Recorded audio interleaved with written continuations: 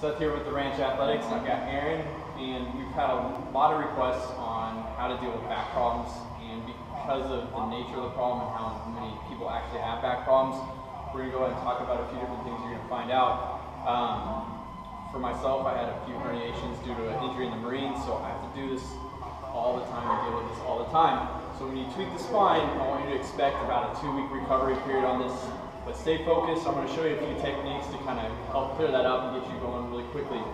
First thing we see when people have back problems or back pain, never seen a person where their sacrum wasn't locked up. That may not be the case, but from what I've seen, that typically is how it is. So I'm going to show you what that looks like and then how to reset that. So you want to come around here and take a look at Erin. She's going to spin around for you.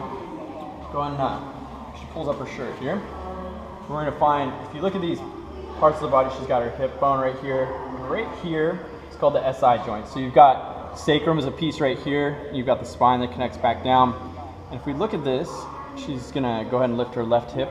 You see how my left thumb goes up? Go ahead and do that one more time for me. In comparison to that one. And then we'll do the right side. Let me find it real quick.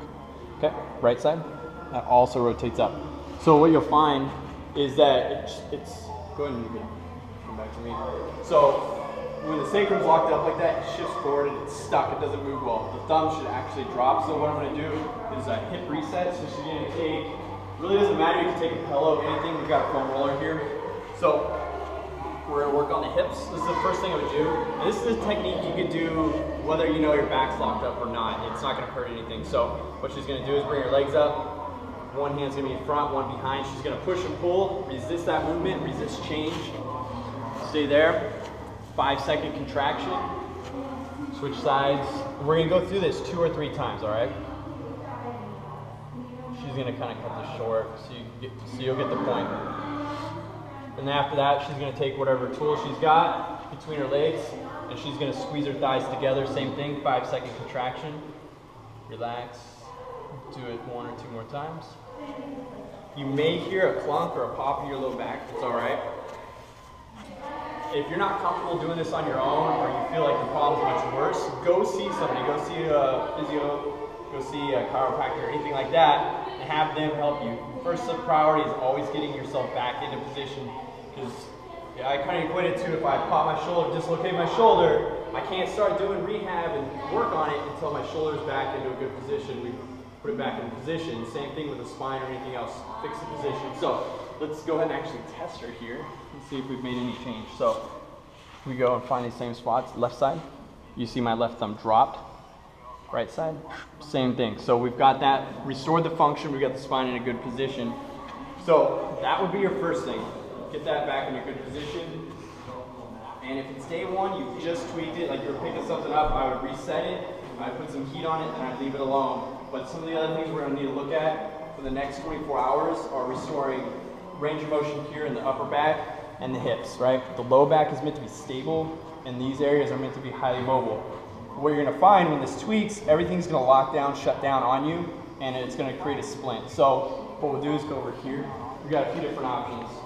Grab like a yoga tune-up ball, double cross ball, anything to get here in the thoracic spine, clear this up.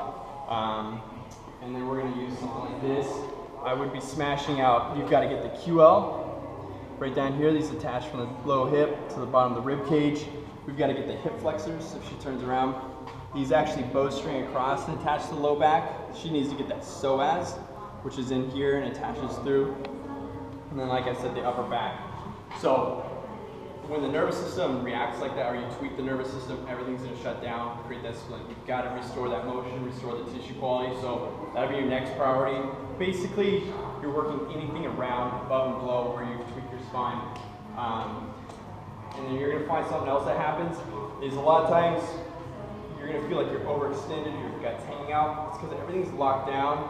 That psoas is pulling you forward and your stomach muscles aren't going to be able to get you into a brace position. So practice bracing. So what she'll do is lay down again for me, over like a blue bridge position. And what she's going to do is we've got, when it's really overextended, go ahead and arch up for me. Leave your butt on the ground, extend, there you go. You'll find you'll usually have this huge gap down here that you can reach through. So what she's gonna do is squeeze her butt, squeeze her abs, flatten her back onto the ground, relax, And keep practicing that. Do 10 or 20 times. Just practice getting it back into a good position. Just to let the body know that you're able to move. It's going to practice bracing also. And while you're here, you need to work on your breathing. So she's going to inhale and exhale through her stomach. Use her diaphragm to start breathing. So if she takes her right hand, places on her stomach, left hand on her chest, you're going to notice that this hand's going to rise and fall much faster and farther than her upper hand, all right? So practice your breathing, practice that bracing. So as she's breathing, she's going to, there you go. Now she's going to tighten up and then practice that breathing right there. So you're going to practice bracing and breathing at the same time. So you've got those options. And then the last thing you're going to do once you start feeling better, you got to get up and move. So walking is your best option. You might be doing that all the time.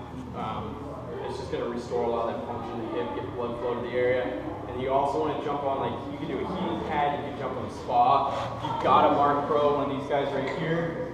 It's a great option because if you're really tweaked, put this guy on and you'll just be able to lay around and actually passively take care of that stuff. So there you have it, a few different ways to get your low back working.